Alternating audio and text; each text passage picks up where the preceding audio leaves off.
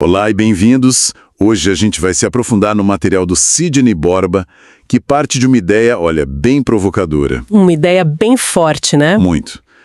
A de que a nossa mente pode até esquecer traumas, dores, mas o nosso corpo não esquece nada. Ele grava tudo. É o grande arquivista. Exato.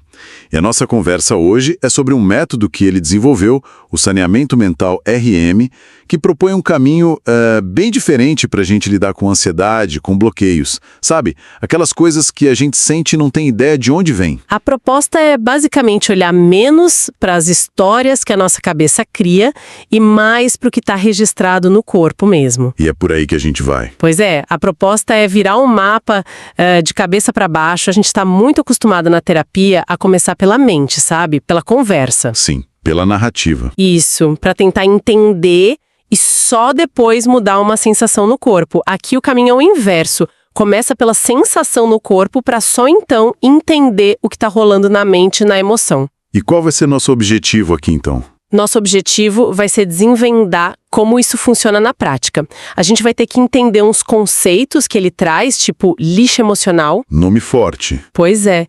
E também uma tal de tríade da limpeza profunda. E o que seria esse objetivo final de alcançar um vazio confortável? Parece meio abstrato, né? Mas vamos ver que é bem concreto. Gosto dessa ideia de virar o mapa. E para começar a entender esse mapa novo, eu acho que o melhor ponto de partida é a história do próprio autor. Concordo. A jornada pessoal dele é a base de tudo. Ele conta que, mesmo sendo um especialista em ajudar os outros a organizar a mente, ele vivia com uma ansiedade que não fazia sentido para ele. A descrição que ele usa é muito boa. Ele diz que vivia em passos curtos e rápidos. Como se parasse fosse um perigo. Exatamente. Eu conheço gente assim. Parece que se parar de se mover, o mundo desaba. E essa sensação de urgência constante, que muita gente sente, foi o que levou ele à descoberta que é a base de todo o método. Ele percebeu uma diferença fundamental. O que seria? A mente arquiva histórias narrativas. A gente pode contar o que aconteceu na infância, ou o problema no trabalho, mas o corpo, ele funciona de outro jeito. O corpo arquiva registros. Registros. E qual a diferença de um registro para uma história? O registro não é uma história. É uma sensação pura. É a contração muscular, a respiração curta, o nó na garganta. Muitos desses registros são formados antes mesmo da gente aprender a falar. Até na vida intrauterina, ele fala. Até na vida intrauterina, exato. Peraí, então você está dizendo que uma sensação que eu tenho hoje, um aperto no peito, por exemplo, pode ser um registro de algo que aconteceu quando eu era um bebê e nem tenho como lembrar? Exatamente, essa é a premissa. Esses registros ficam ativos no nosso sistema nervoso, sabe? Tipo um programa rodando em segundo plano no computador. E eles disparam reações. Disparam reações de luta, fuga, paralisia, mesmo que não exista nenhuma memória consciente, nenhuma história pra gente contar sobre eles. E foi isso que aconteceu com o autor. Então, qual foi a virada de chave para ele? Ele estava nesse ciclo de ansiedade e de repente algo mudou. O que ele descobriu? Ele descobriu, numa autoinvestigação muito profunda, a origem da própria ansiedade. Não era um evento da infância, não era um trauma que ele pudesse narrar. Não era uma história. Não era. Era um registro pré-natal. Ele percebeu que ainda no útero, o corpo dele absorveu o medo e a tensão da mãe. Nossa. A mãe dele tinha perdido a própria mãe, a avó dele, durante a gestação. Então aquele estado de alerta, de medo, de luto, foi gravado no sistema nervoso dele como um comando de sobrevivência. Isso é impressionante, mas soa quase inacreditável. Como ele pode ter certeza de que essa sensação veio do útero? O método explica como chegar a esse tipo de conclusão tão específica sem ser apenas, sei lá, imaginação? Essa é a pergunta crucial. E a validação, segundo o método, não vem de uma prova lógica ou de uma imagem clara. Ela vem da dissolução do sintoma. Ah, entendi. Quando ele acessou essa sensação pura de perigo, sem história, e permitiu que ela se completasse, a ansiedade crônica que ele sentia há décadas simplesmente diminuiu drasticamente. A prova é o corpo finalmente relaxando. Faz sentido. A ansiedade dele não era um defeito de personalidade, então? Não, era um alarme de incêndio que ficou ligado por 40 anos, gritando: corra, o perigo está próximo, por causa de um perigo que nem era dele. Entendi. A prova está no efeito, na mudança real da sensação. E isso muda tudo, né? Porque a gente tende a se culpar, porque eu sou tão ansioso, porque eu não consigo emagrecer. Exatamente. E por essa lógica, talvez não seja uma falha de caráter, mas sim um mecanismo de proteção do corpo que ficou desregulado. Exatamente. A sensação física, a tensão, o aperto, o peso, ela se torna a pista mais confiável, a porta de entrada mais honesta para a gente entender a origem do fardo. O corpo não está tentando nos sabotar. Ele está tentando proteger. Isso, ele está tentando nos proteger com as ferramentas que ele tem, mesmo que essas ferramentas sejam baseadas em informações muito antigas, desatualizadas. Ok, então o corpo guarda esses registros. Mas o que eles são, exatamente? É isso que o material chama de lixo emocional. O nome é bem forte, né? É um nome forte, mas a explicação é bem mecânica, quase física. Pensa assim, toda emoção forte, como medo, raiva, tristeza, Sim. ela mobiliza uma quantidade enorme de energia no corpo. Essa energia serve para nos preparar para uma ação, lutar, fugir, chorar, gritar. O lixo é criado quando essa ação é bloqueada, quando a gente reprime. Isso. Você sente raiva, mas engole seco. Vê algo assustador, mas paralisa. Sente uma tristeza profunda, mas segura o choro. A energia que foi mobilizada não desaparece. Ela fica presa no sistema. Fica presa no sistema. E onde ela fica presa? É uma coisa abstrata ou a gente consegue sentir isso fisicamente? Tipo aquela dor no ombro que todo mundo tem no final do dia estressante. É exatamente isso. Não é nada abstrato. Essa energia reprimida se fixa fisiologicamente em lugares muito concretos. O material descreve que ela se aloja na musculatura, gerando tensão crônica. A dor nos ombros e na nuca. Exatamente. Ela se fixa no tecido facial, que é aquela rede que envolve tudo, criando rigidez. E afeta nosso padrão respiratório, que fica mais curto, mais superficial. O nó na garganta, o aperto no estômago. Tudo isso, o autor diz que não são defeitos, são arquivos abertos esperando para serem processados. Essa analogia do entupimento emocional que ele usa no material ajuda a visualizar bem. Faz sentido pensar que, com o tempo, o acúmulo desses resíduos vai gerando um fardo que pesa de verdade no corpo, na postura, na nossa energia. Totalmente. E é por isso que às vezes a gente olha para a vida e racionalmente tá tudo bem, sabe? Não tenho do que reclamar. Mas o corpo tá exausto. Exausto, tenso, incapaz de relaxar de verdade. A cabeça diz uma coisa, mas o corpo responde a outra. E é por isso que abordagens que focam só no pensamento, tipo pensar positivo ou a pura força de vontade, muitas vezes falham.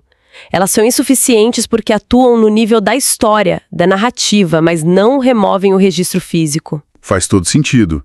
É como tentar pintar por cima de uma parede com um mofo sem tratar a infiltração primeiro. Ótima analogia. A mancha vai acabar voltando. A aparência melhora por um tempo, mas o problema continua lá na estrutura. Bela analogia. É exatamente isso. A cura, portanto, precisa incluir o corpo de forma central, porque, como o autor diz de forma bem direta, foi lá que o lixo foi depositado. Não dá para fazer a faxina só na sala se o porão está inundado. Certo. Então, se o problema está no corpo, a faxina tem que começar por ele. E é aí que entra a solução que o método propõe, essa tal de tríade da limpeza profunda. Isso mesmo. A grande virada, como você disse, é o caminho. Corpo, depois emoção, depois mente. A sensação física vira o nosso guia, nosso mapa do tesouro. Ou do lixo, no caso. Exato. E a tríade é um processo bem estruturado para seguir esse mapa. O primeiro pilar, o ponto de partida, é a consciência sensorial progressiva. É o mapeamento. Um escaneamento corporal. Basicamente isso. Um escaneamento intencional, prestando atenção em cada parte do corpo, geralmente dos pés à cabeça, para ajudar a aterrar o sistema nervoso. O objetivo é encontrar o ponto focal. Ponto focal. O que seria isso? É o local exato no corpo onde a sensação do registro está mais ativa, mais intensa. Pode ser um aperto no peito, uma queimação no estômago, um peso nos ombros. E a tarefa é só perceber. A tarefa nesse primeiro passo é só uma: perceber. Sem julgar, sem analisar, sem criar história. Apenas sentir e localizar. Espera um pouco. Então, o primeiro passo não é nem tentar entender o porquê eu tô sentindo isso. É só parar e sentir. Tipo, fazer a pergunta: onde exatamente no meu corpo essa ansiedade está morando agora? É isso. É exatamente isso. É um mapeamento puro. Antes de interpretar, você precisa saber onde está no mapa. A gente costuma pular essa etapa e ir direto para a cabeça, para as preocupações. O método te força a voltar para o corpo. E só depois que o ponto focal está definido a gente avança. Exato. Só depois que esse mapa está claro é que a gente avança para o segundo pilar. Ok, mapeei o corpo, achei o ponto focal.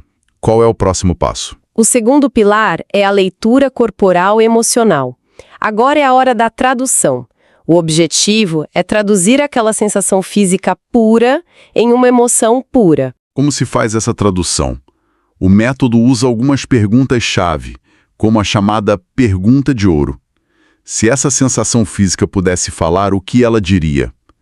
A ideia é buscar uma frase curta e direta que venha da sensação, não da mente. Tipo o quê? Algo como: me deixe em paz, estou sozinho, ou não consigo. E a partir daí, identificar a emoção crua por trás da frase: raiva, abandono, impotência. Interessante. A gente tira a história, o porquê fulano fez isso comigo, e fica só com a emoção pura, que vem direto do corpo. E depois dessa tradução? Aí chegamos ao coração do método, o terceiro pilar, a regressão sensorial natural. É aqui que acontece o saneamento, a limpeza. E como funciona? A própria sensação corporal, o ponto focal, serve como uma ponte sensorial. É como segurar um fio que, se você seguir, te leva de volta ao emaranhado original. A consciência segue essa sensação de volta no tempo até a cena em que aquele registro foi criado. E é o processo de forma orgânica. Mas essa ideia de regredir à origem de um trauma soa um pouco perigosa. Como o método garante que a pessoa não vai ser, sei lá, engolida por aquela dor antiga, revivendo tudo de novo? Essa é a preocupação mais importante, e o método tem um mecanismo de segurança fundamental para isso. O papel do observador adulto. O observador adulto? A pessoa não é jogada de volta no tempo para reviver o trauma como a criança ferida. Ela acessa essa memória a partir da consciência segura e dos recursos do adulto que ela é hoje. Ah, então é como se o eu de hoje visitasse a cena. Exatamente. É como se o seu eu adulto pudesse entrar naquela cena antiga, observar o que aconteceu e oferecer a segurança e o suporte que faltaram naquela época. Você não revive, você ressignifica a partir de um lugar seguro. Entendi. Não é sobre reviver, é sobre revisitar com as ferramentas que a gente tem hoje. E qual o resultado disso? O que acontece depois? O resultado é o que o autor chama de dissolução. A energia que estava congelada, aprisionada, finalmente tem a chance de se completar e ser liberada. E como isso se manifesta fisicamente? Pode ser de várias formas. Um suspiro profundo e longo, tremores involuntários, uma onda de calor ou frio, ou simplesmente um relaxamento muscular muito, muito profundo. É o corpo finalmente desligando o alarme. E no lugar daquela tensão surge o tal vazio confortável. Exatamente. Esse vazio confortável me deixa curioso. Não é um vazio de solidão ou de falta. É mais como um espaço que se abriu. Exato. Não é um vácuo. É um espaço neutro. É descrito como uma sensação de calma, de limpeza interna.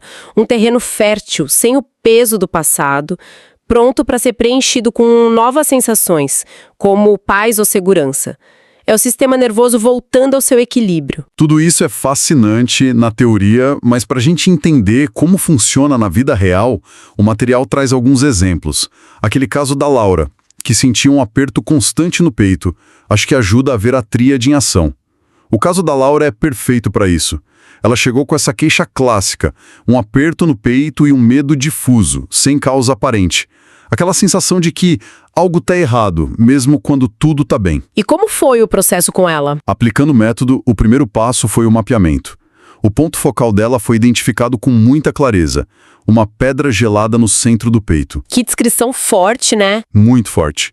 Dá pra sentir o desconforto só de ouvir. E a leitura emocional, o que essa pedra gelada disse pra ela? Usando a pergunta de ouro, a mensagem que veio daquela sensação foi: estou sozinha. E a emoção pura, o sentimento cru por trás disso, foi identificado como abandono. Só abandono? Sem uma história por trás? Isso. Veja que não tem minha mãe me abandonou, meu parceiro me abandonou. É só a sensação e a emoção pura. E a regressão. Para onde essa sensação de abandono, essa pedra gelada, a levou? E aqui vem a parte mais surpreendente. A ponte sensorial, partindo daquela sensação de frio e vazio, não a levou a uma imagem, a uma memória de infância. Levou para onde, então? Levou-a a uma sensação pura, uma sensação de estar flutuando no frio e no escuro completamente só. Esse registro foi identificado como sendo intraútero. No útero. Sim, conectado a um período em que a mãe dela passou por uma depressão profunda durante a gestação, se sentindo muito sozinha. Era um registro da solidão da mãe que o corpo de Laura absorveu como sendo dela. Nossa, é algo que a mente consciente dela jamais poderia ter acessado. É uma memória do corpo, não da cabeça. E qual foi o resultado para ela depois de acessar isso? O resultado foi imediato e transformador. Após o processo de dissolução, ela relatou que a sensação da pedra gelada desapareceu e foi substituída por um calor suave e uma sensação de expansão no peito. A ansiedade crônica diminuiu drasticamente e ela sentiu pela primeira vez em anos que conseguia respirar fundo de verdade. O corpo dela tinha resposta o tempo todo. Ok, então fechando essa nossa conversa, a grande ideia que fica é que muitos dos nossos problemas mais teimosos, sejam ansiedade, dores crônicas, até compulsões. Talvez não sejam falhas de caráter. Isso, talvez não sejam fraquezas. Talvez sejam mensagens do nosso corpo, sinais de arquivos abertos que nunca foram processados. E esse método propõe uma forma de ouvir essas mensagens. Tratando o sintoma não como um inimigo para a gente lutar contra, mas como um guia, um mapa que aponta para a cura. Se a gente conecta isso a um quadro maior, o que está sendo proposto é uma nova forma de autoconhecimento e, talvez mais importante, de autorregulação. É sair da guerra contra si mesmo. Deixar de se criticar tanto. Exato. A cura não viria de forçar uma mudança, mas de criar um espaço de segurança interna para que o próprio corpo possa finalmente se livrar dos fardos que carrega, às vezes, desde antes de nascermos. E isso deixa a gente com uma reflexão, um pensamento final. Nos momentos de ansiedade, de inquietação ou quando surge aquela dorzinha chata sem explicação. A gente sempre vai para a cabeça, a gente tende a perguntar para nossa mente, por que eu estou pensando nisso? E se a gente mudasse a pergunta?